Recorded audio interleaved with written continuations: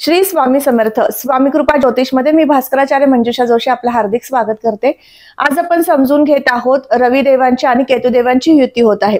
Ravidev 16 August ते 16 September या एक महिन्याच्या दरम्यान स्वतःच्या राशीतनं सिंह राशीतनं गोचर करणार आहेत। रविदेवांचं हे गोचर तुमच्यासाठी खास असणार आहे आणि त्याचबरोबर रविदेव तुम्हाला कोणकोणत्या शुभ गोष्टी घडवून देणार आहेत, तुमच्या जीवनामध्ये परिवर्तन करणार आहेत ते समजून घेणार आहोत। 18 मे 2025 पासून केतुदेवांची उपस्थिती याच राशीत आहे। त्याचबरोबर ज्यावेळेस 16 ऑगस्टला रविदेव या ठिकाणी येतील त्यावेळेस जो तयार होणारा ग्रहण दोष आहे याचे परिणाम तुम्हाला कशा पद्धतीने प्राप्त होणार आहेत। रविदेवांवरनं मान सन्मान, आत्मविश्वास, आत्मनिर्भय बनवणं, त्याचबरोबर प्रत्येक गोष्टीचा सूक्ष्म विचार आणि त्यावर कृती असे शुभ परिणाम देणारे रवी महाराज आणि त्याचबरोबर एखाद्या गोष्टीवरती सूक्ष्म ज्ञान प्राप्त करून घेण्याची जी ताकद आहे ती आहे केतुदेवांमध्ये।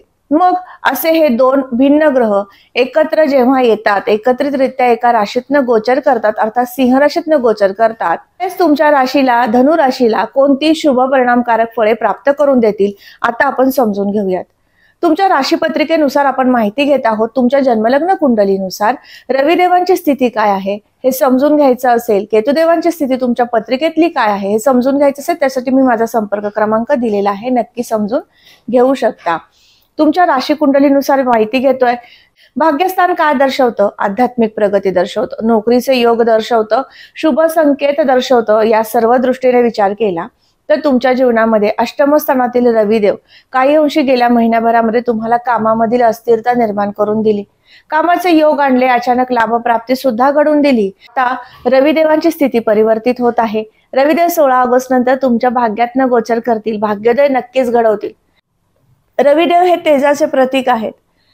कुठल्याही कामाची सुरुवात प्रसन्नतेने होणं आवश्यक असतं आणि तीच प्रसन्नता तुमच्या आयुष्यात घेऊन येण्यासाठी भाग्यस्थानातील रविदेवांचं गोचर महत्त्वपूर्ण ठरेल।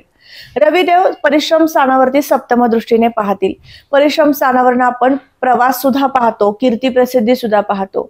तुम्ही मीडिया क्षेत्रामध्ये काम करता, युट्यूबर असाल, काउन्सिलिंग क्षेत्रामध्ये तुमचं काम आहे, तर अशा वर्गांसाठी एक विशिष्ट कालावधी, एक शुभ कालावधी आपण म्हणतो, तो सुरू होत आहे या एक महिन्याच्या दरम्यान। तुमच्या कामाचं स्वरूप आणि काम करण्याची पद्धत यामध्ये खूप मोठा बदल दिसणार आहे। कामाची एकाग्रता वाढलेली असेल, कामाची एकसंगता वाढलेली असेल, खूप निष्ठेने आणि प्रामाणिकपणे तुम्ही तुमचं कार्य करणार आहात आणि या माध्यमातून कीर्ती प्रसिद्धी प्राप्त करून घेऊ शकता। अतिशय शुभ आणि महत्त्वपूर्ण तुम्हाला फळ देणारं हे रविदेवांचं गोचर म्हणता येईल। या स्थानावरून आपण भावंडांचं सौख्य पाहतो, छोट्याखानी प्रवास पाहतो। या दृष्टीने सुद्धा या दरम्यान तुम्हाला तीर्थयात्रा, धार्मिक स्थळांना भेट देणे याचे शुभ संकेत आहेत। तुम्हाला या संपूर्ण महिनाभराच्या कालावधीमध्ये जास्तीत जास्त नामस्मरण आणि त्याचबरोबर एकाग्रता प्राप्त झाल्यामुळे जास्तीत जास्त ध्यान लागणं असे सुद्धा शुभ संकेत आणतील केतुदेव। कारण केतुदेव जेव्हा भाग्यात येतात त्यावेळेस तुम्हाला सूक्ष्म ज्ञान प्राप्तीकडे घेऊन जातात। रहस्यमयी एखादं पुस्तकाचं लेखन तुमचं सुरू असेल तर त्या लेखनामध्ये सुद्धा अतिशय शुभ परिणामकारक तुम्हाला फळ देतील, तुमच्याकडनं अतिशय सुंदर लेखन करून घेतील। जो वर्ग लेखन क्षेत्रामध्ये काम करतो त्यांच्यासाठी हा महत्त्वपूर्ण आणि आमूलाग्र सुंदर बदल आहे। नक्की तुम्ही याचा लाभ घ्यायचा आहे। या दरम्यान तुमच्या लेखन क्रियेला अधिक गती प्राप्त करून देणारी स्थिती आहे। याचबरोबर भाग्यस्थानावरनं आपण नोकरीचे शुभ संकेत पाहतो। केतुदेव 18 मे 2025 पासून तुमच्या भाग्यात आले आणि तेव्हापासून तुमची दिनचर्या बदलली। तुम्हाला कामाची गती आज करतो तो उद्या करूयात, हरकत नाही, मी परवा करेल, असे काहीसे विचार निर्माण करून दिले। हे कामच केतुदेवांचं आहे।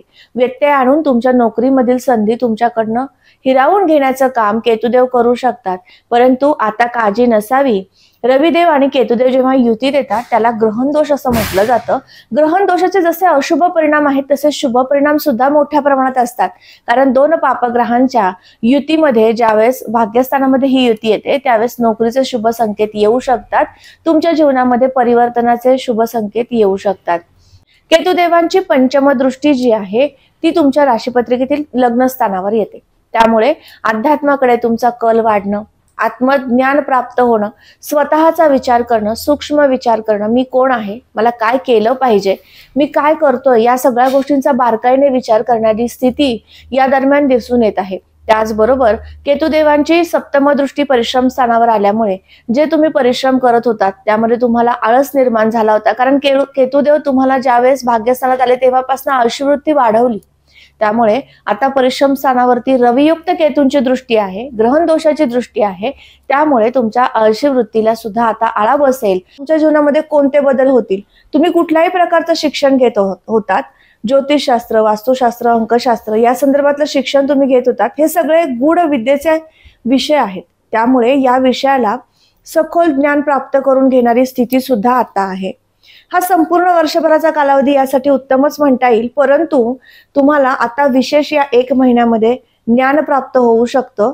सखोल ज्ञान प्राप्त करून घेण्याकडे तुमचा कल वाढू शकतो। नवम दृष्टीने ज्यावेळेस केतुदेव पंचमाला पाहतील त्यावेळेस तुमच्या रिलेशन मध्ये सुद्धा काही अंशी मतभेद, कलह हे वाढत होते, ते सुद्धा आता संपुष्टात येण्यास सुरुवात होईल। म्हणजे हे सुद्धा अतिशय आमूलाग्र महत्वपूर्ण बदल तुमच्या जीवनात घडतोय।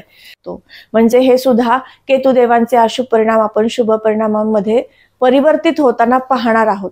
याचबरोबर केतुदेवांची 12वी दृष्टी जी अष्टमावर येते, तर अष्टम स्थान हे सूक्ष्म ज्ञान प्राप्तीचं आहे, हे संशोधनाचं अष्टम स्थान आहे। या स्थानावरती रवियुक्त केतूची जी दृष्टी आल्यामुळे तुम्हाला ऊर्जा प्राप्त होईल, सखोल ज्ञान प्राप्त होईल आणि आत्मविश्वास सुद्धा प्राप्त होईल, आणि त्यामुळे तुम्ही एखादं प्रोजेक्ट हाती घ्याल आणि ते संपूर्ण व्यवस्थित पद्धतीने पूर्ण करू शकाल। म्हणजेच आता तुम्हाला समजून आलं असेल की आपल्या जीवनामध्ये ज्या असंख्य अडचणी येत गेल्या आणि त्यामुळे तुमच्या कामाला विलंबता लागली, प्रत्येक गोष्ट विलंबाने होत गेली, आता यामध्ये परिवर्तन होतंय, परिवर्तन होऊ घातलंय। तुमच्याकडे आता एक गोष्ट करायची आहे, या 2 ग्रहांची अधिकाधिक शुभ फळे मिळावीत, अशुभ फळे मिळू नयेत, म्हणून जास्तीत जास्त नामस्मरणाकडे तुम्हाला जायचं आहे। अर्थात हा संपूर्ण महिना तुम्हाला नामस्मरणासाठी आहेच, परंतु याची सुरुवात तुम्ही आतापासून सुद्धा करू शकता। मग काय कराल तर आदित्य हृदय स्तोत्राचं पठण रोज करत चला। त्याचबरोबर रीम केतवे नमः या मंत्राचा जप करा। रविदेव केतुयुक्त आहेत, ग्रहण दोष निर्माण करतात, त्यामुळे शंकराची उपासना तुमच्यासाठी फलद्रूप ठरू शकते।